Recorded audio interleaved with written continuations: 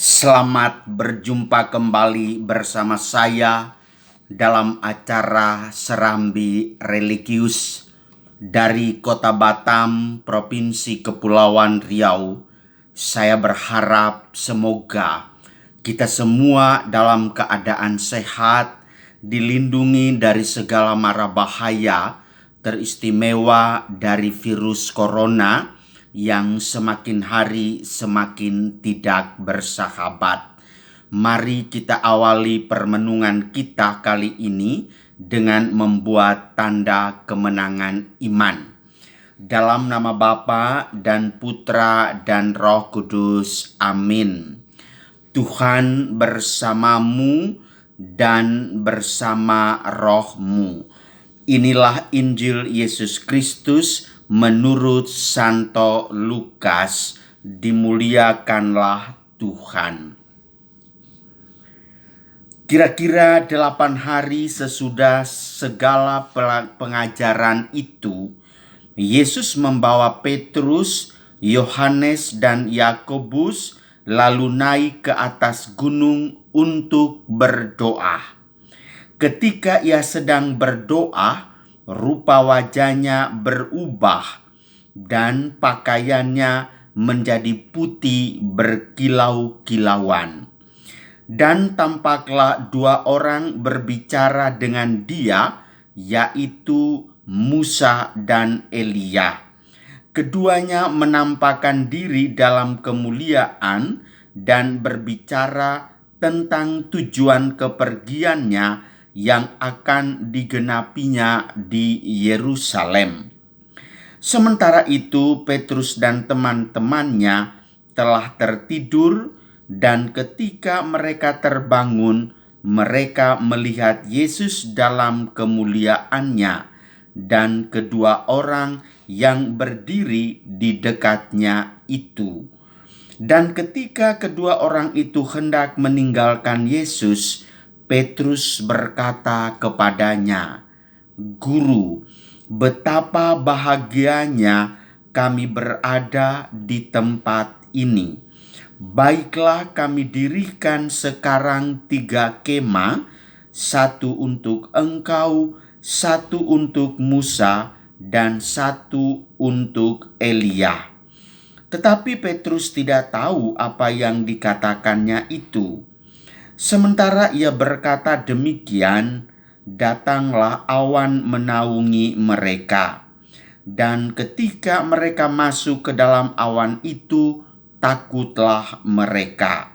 Maka terdengarlah suara dari dalam awan itu yang berkata, "Inilah anakku yang kupilih, dengarkanlah dia."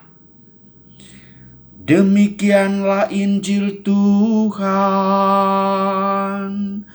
Terpujilah Kristus.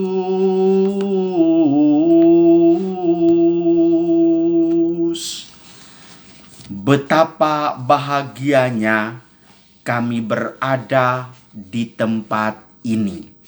Ibu bapa, saudari-saudara, umat Allah yang terkasih dalam Yesus Kristus.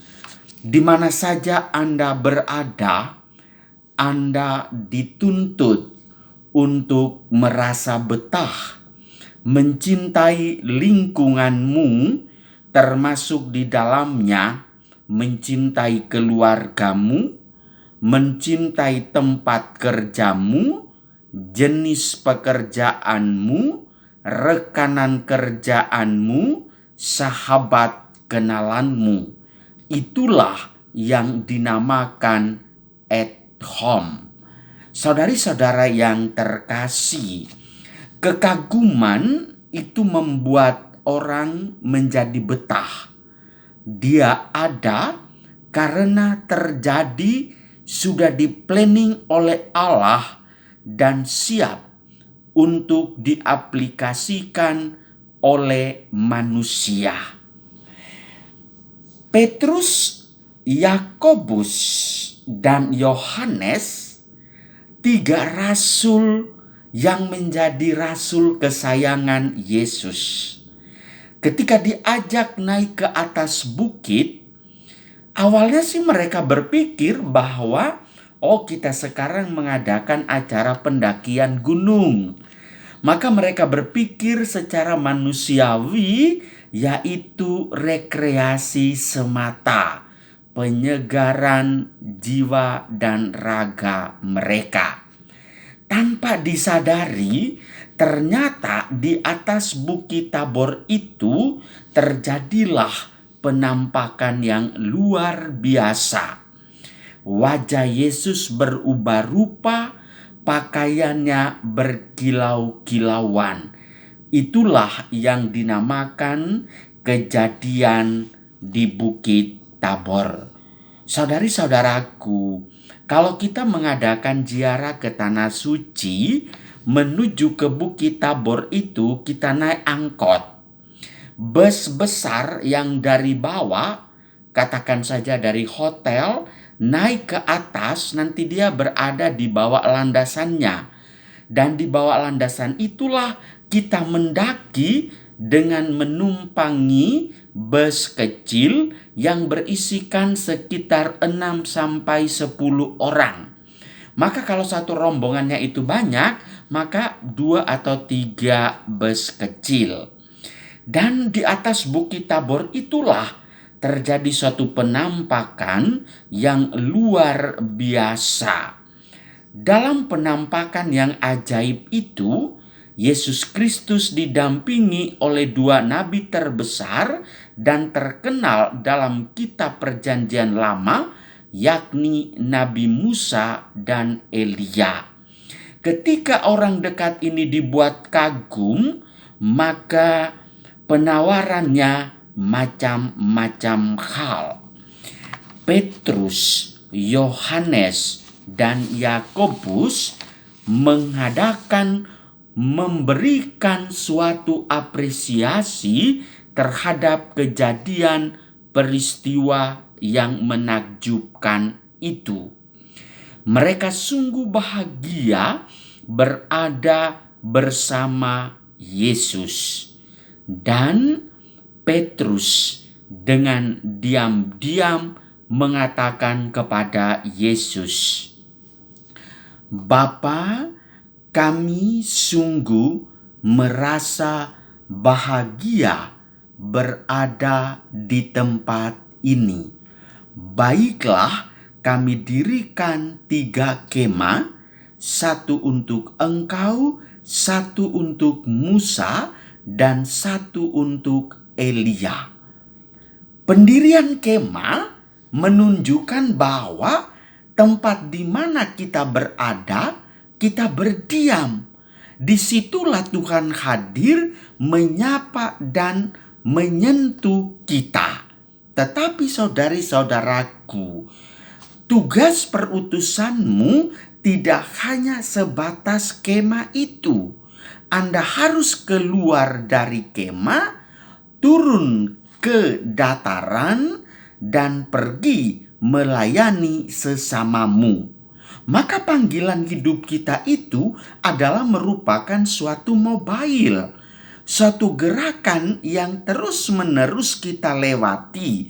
Maka sering sekali kita memakai istilah hidup ini bagaikan peziarahan kehidupan. Saudara-saudariku yang terkasih, kita semua diutus kemana saja kita pergi. Kita merantau, artinya meninggalkan kampung halaman di mana saja Anda berada.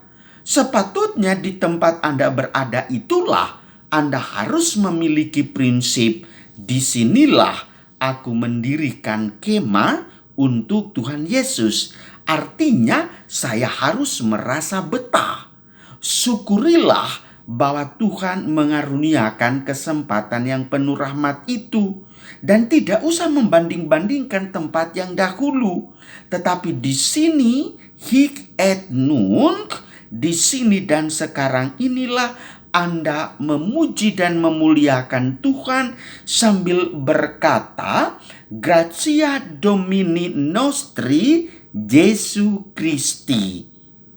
Semoga Tuhan senantiasa ada bersama kita, dan di sanalah terdapat suasana damai, kasih, dan keadilan. Disitulah kita merasa at home. Maka kepada ibu bapak saudari-saudaraku yang terkasih, marilah kita bersama-sama membangun kecintaan di mana tempat kita berada. Bangunlah rasa betah di mana Anda berada.